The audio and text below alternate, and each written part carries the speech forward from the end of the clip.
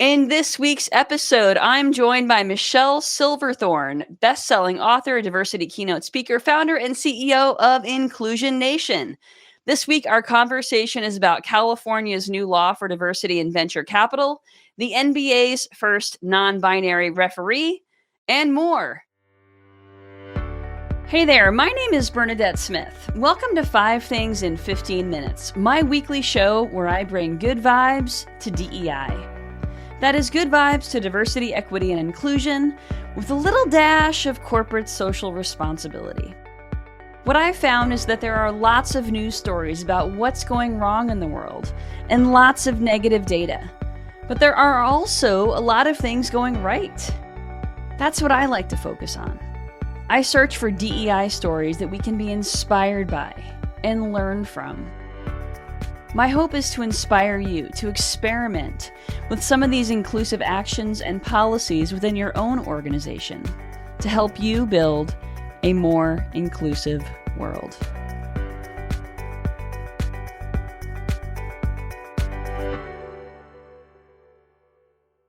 Let's get started. Michelle, will you please introduce yourself?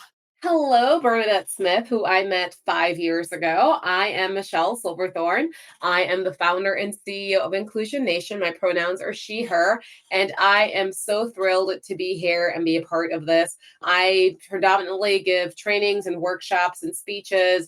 I give around 100 a year all across the country and the world. A lot of them are virtual, a lot of them are in person, but my focus is really on what practical behavioral shifts that each person can do to make inclusion and belonging a reality for everyone, but especially for those who are marginalized at work. And so I love being a part of this, and I love doing this work, and I love hearing about good vibes. Thank you, Michelle. Well, since you're talking about kind of individual behavior as you introduced yourself, I think that actually leads perfectly into what I wrote about in this week's 5 things, which was about connection and how it's so important to lead with connection. And I told a story about my son who's turning 13 this week. And one thing that I've learned over time in parenting him is that as long as I actively listen and engage in his interests, which are usually somewhere around Roblox or anime or something related to gaming, let him control Spotify in the car and give him plenty of space. If I do those things, he's generally pretty cool. And then we can talk about the things that I want to know about, like school and friends and all that stuff. And so basically, how in my relationship with my son and with my team and other folks, try to start with connection first before we get to the content. Mhm. And I'd love to hear your thought on that advice and perhaps some other tips you have for small inclusive actions that folks can take. Yeah, I mean, I loved what you said about connection before content. I think that that is, especially right now, after I tell people after George Floyd was murdered, and we did a lot of town halls, a lot of trainings, a lot of programs. The most popular question I received was, Michelle, can I, how do I talk to my kids about race? And I would talk about that a lot. But the second most popular question I received is, Michelle, can I reach out to my Black colleagues right now? And I would always say, you can always reach out. And then some of us got reached out a lot that time. But if you reach out without ever having that connection with them, without ever, talking with them, finding about their lives, their communities, the work that they do, the religions they celebrate, finding about who they are as a human being. And then all you want to know is content, right? So give me your thoughts on this. What do you think? Have you thought about this? Just playing devil's advocate. Then they're never going to trust you. And that's something that you mentioned in your newsletter. That is the trust that matters. And it comes up again and again. And we're seeing it again with all the folks who are debating what is happening right now in the Middle East. Connection before content. If you would like someone to listen to you, whoever you are, wherever you are, how are you connecting with them so they actually listen to you and pay attention to what you're saying and then respond to it instead of automatically going, well, they're wrong and they're not right. And I'm not going to listen because it doesn't jive with what I think about the world and my perspective of this world. And I think that I love your book so much. And the reason I love your book is because it shares, what are the systems that we can put into place that are actually sustainable, that will lead to long-term behavioral shifts. And that is where I think, however you get to that behavioral shift, that is where we are going to go. And that's why the connection part matters so much. Yeah, thank you. You know what? But it doesn't happen accidentally, No. right? We have to really build in the structure for it and create the time for it, which could mean that you really, the first 10, 15 minutes of your one-on-one, maybe more. Mhm. You have to spend that time connecting with folks, even in weekly check-ins with your team, spending a couple minutes.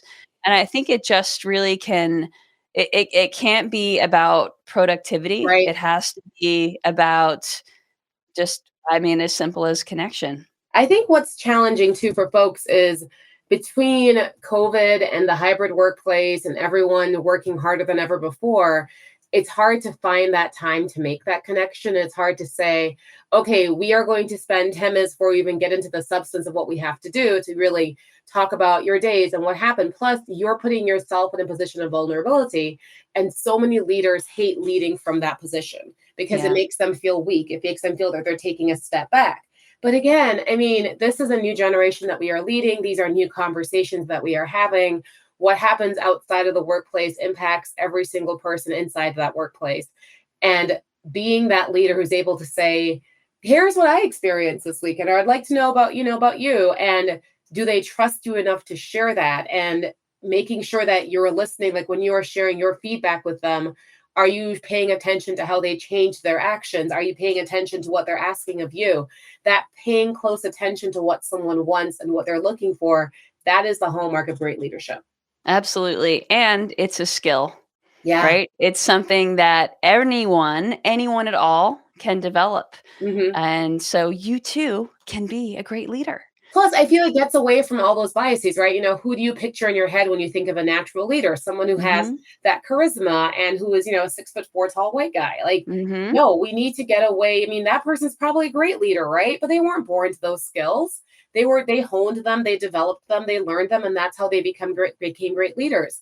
And the more that we can get away that leadership is innate or these traits are just something that someone is born with, and the closer we can get to anyone can be a great leader. Now, we all have different skill sets, right? But we can develop them in turning it into something that's centered on empathy, on honesty, and transparency, and all of these actions that will actually work for the next generation of leaders to come. Yeah, absolutely. Great advice. Well, before we get into this week's 5 things, Michelle, let me just ask a quick question. Do you really believe, with all of the chaos of the world and here in the US, that there is such a thing as good vibes in DEI? Yes, because if I didn't believe that, then I would want to ask anyone, why are you doing this work, right? What Mhm. does justice and equity look like to you, right? What is the goal of inclusion and belonging? If we aren't focused on how to make and like demonstrably, this is how the world is better, and this is how our interventions work, and this is how it makes people's lives more fulfilled and people feel valued. Yes, it works, and yes, it happens, and yes, there is pushback, and yes, there are step backs, but yes, we keep moving forward because it is always yes and not yes but. And that is what I want Yes. us to focus on. It's all about, I love yes and that's how we keep going. So yep, I believe in good vibes, Bernadette, and I think that, if you read Bernadette's newsletter, you will see that there are people who are trying, there are corporations who are trying, and they are having success. Yes, thank you. And yes, and is definitely a recurring theme in this work. So let's get into this week's Let's good hear it. vibes. All right, the first story comes from Walmart, which is becoming increasingly common here on 5 Things, I'm happy to say. It is rolling out doula coverage nationwide to address racial healthcare disparities and improve maternal outcomes. So it was originally a pilot program in several states, and now it has rolled out nationwide. This is an amazing thing because over 5.6 million women lack adequate maternity Mhm. care, and Black women especially. Right. Yeah. The racial disparity is especially troubling. And so much of what, especially so much of what we do is like, well, it's this cause and this cause and this cause and this cause. That is all correct. But also, what are you doing for a solution? Right. You can Mhm. spend all your time waiting to figure out, if we had this and this and this and this and this, we could maybe solve one part of it. Or you can do what Walmart did and release a doula program and partner with a Black owned organization or Black led organization to say, here is how we are going to address this. These are the steps that we are going to take. It is not just performative. We are putting money behind it. We're putting resources behind it. So I love it. I've had 2 kids. Listen, doulas are helpful. They make sure that you are healthy and content, and they intervene as necessary. And I think all of those are good things. Absolutely. And when there are so many of Walmart's employees that are, BIPOC, that are low income, that are in rural areas, I mean, all of this really matters Mhm. to them. So, I particularly love stories where the most undervalued and underappreciated employees, like customer facing employees, get some good vibes too. So, Right. What I also loved about that Walmart story was there was a little line in there that said, there are many people who don't even know what these services are. And the fact that this program is helping build awareness of what doulas do and how they can support someone during the pregnancy process, I think is, giving that access to pregnant people so they can realize that here is what we can actually achieve with a doula, even if I've never even heard of this person or I don't know what they do. Giving that visibility to them is a great thing.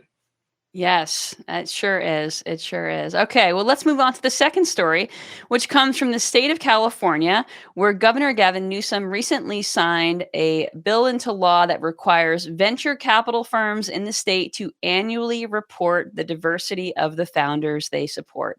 It goes into effect March 1st, 2025, and is the first legislation in the U.S. to increase diversity in venture capital. It's all about transparency here. Love that. Love that transparency. I love the data because, again, we're Mhm. looking at, I'm not telling you you have to set quotas. I'm telling you to have goals, right? So if you're looking at your data right now and it's telling you that only 2% of the folks who come before you are Black led or woman led or LGBTQ plus led, then you tell me that in 20, in 3 years, I'm going to increase that number to 10%, to 15%, to 25%. And that's how you set your goals. And then that is such a broad law, by the way, y'all. It's anyone who even has an investor who is from California. So pay attention to your VC firm, pay attention to who actually invests in it, because no matter if you think you don't do business in California, I'm pretty sure that law is going to apply to you as well. Wow, and it's perhaps something that we'll start to see other states enact going forward. Yeah, All which is right. typically what happens in California, which is really nice. It's what they can always be like the leader for that. And then everyone's like, yes, let us catch up. Hey, folks, you got it, and you have an attorney as my guest today, so we have a extra layer of Yes, expertise here. yes, of Pretty course. awesome. Okay, the third story comes from Charlottesville, Virginia, where the controversial Robert E. statue is being melted down to create a new inclusive art piece. So, this piece has been actually removed since 2021, but it's now being turned from a divisive symbol into one that unites the community, a project called Swords into Plowshares. Mm. And then it's going to go back up, and I love it. I love that too. I love that we're taking something that's so painful and unnecessary, honestly. Like, we don't need a reminder of, of a lot of people's pains, and they've told many, many, many, many, many, many times why we would like these to be changed. And hopefully more people can understand the history of why those Confederate statues were put up. I mean, why they existed in the first place, and the whole point of them was to intimidate and to harm people, right? They weren't Yeah. put up as a relic or a memory. They were put up to intimidate Black people. And Yeah. the more that we understand the truths of that, then there are other ways to, I mean, there are so many other ways to. Southern history is rich and it is deep, and there is so many layers and levels of culture that we can acknowledge without acknowledging this, making this the centerpiece of all of the discussions. And so Yeah. now we can make it bigger and make it more fruitful and educational. And we can dive into deeper into what the history of the Southern states have and how it reflects on where we are right now. And I always hope, Bernadette, and I always hope that this is another way to show that there is a greater history than what we've been putting into these statues. Exactly, and most of them that have been removed are, in storage somewhere, but I think that it's really amazing that this is being created into something new that can Mhm. unify folks and that can celebrate the rich, diverse history of the South and kind of bring people together. So hopefully we'll start to see more of that as we Love that. continue to see statues removed. Okay, the fourth story comes from Flores, who made history as the NBA's first openly non binary and transgender referee. So it's their second season as a staff referee, and they came out in a recent GQ article. Pretty amazing, That is right? amazing. And I, as a season ticket holder to both the Detroit Lions and the University of Michigan football team, which is not a great time for any of us right now. I love hearing stories about what our sports, which are so meaningful to so many of our population, and they really are a harbinger of like what else is to come, right? If we can have non-binary referees, and it's non-binary athletes, it's non-binary owners, it's non-binary staff members, it's women on the field refereeing NFL games. Yeah. All of these actions are then reflective of this greater country and the people who are part of it. So love hearing that story. That makes me happy. Good luck. Yeah. Good luck to them, and let there be more. Yeah, dude. First but not last, right? That's Exactly. Exactly. All right. Well, the last story this week comes from Morgan's Wonderland, a fully accessible theme park in San Antonio, Texas, which is investing $6 million to add some awesome new features like a 4-seat zip line for wheelchair users and riders who require respiratory equipment or other gear, a 4D cinema ride that simulates a roller coaster. And it's pretty amazing. They've already welcomed 2.7 million guests from all over the world. Have fun. I do not like roller coasters, and you will not get me on any kind of zip line, but I am supportive of the people who have chosen that as their lives. Like, that is, you do what you do, and I will be cheering you on from the sidelines. But again, if this amusement company can do that, then think of all the other theme parks, amusement park companies that can do the same thing, and with probably a lot more funds than they had. And again, it's about being intentional. It's about looking at your population that you are serving and the one that you are trying to reach, and making sure that you take intentional actions to include all of them. And I love that. I won't be on the roller coaster anytime soon, but I love that for them. Me too. And the older I get, the more I can't do those rides. But we love that for them. That is what we said. Yes, exactly. But I think it's just, I love the stories where more people get to experience joy, and there's a lot of joy to be found on those rides, and more folks are now going to have that access. So you can have what a that beautiful wonderful thing. smile from your kid who's on that, and just for the first time they've been able to experience something that they've seen their friends do or they've seen on television. And that, as a parent, that feeling of knowing that your child is included. I mean, I have a neurodiverse kid. That feeling of inclusion matters so much. And I'm really thrilled for the families that are going to be able to experience that now. Absolutely. Well, Michelle, thank you so much for being an awesome guest this week. How can folks connect with you? Sure. They are more than welcome to follow me on Instagram, on Facebook, at In With Michelle. If you're on LinkedIn, Michelle Silverthorn, you can find me there. And then, because I love following in Bernadette's footsteps, I have a Monday newsletter. It's called Monday Mornings with Michelle, and you get a video, you get some advice for the day, 3 things I would love you to do this week or practice this week or put into place. Today is almost, we celebrated our 5-year anniversary of my consulting company, Inclusion Nation. I'm just so thrilled to be here. So feel free to find me on any of those platforms. I will always be there.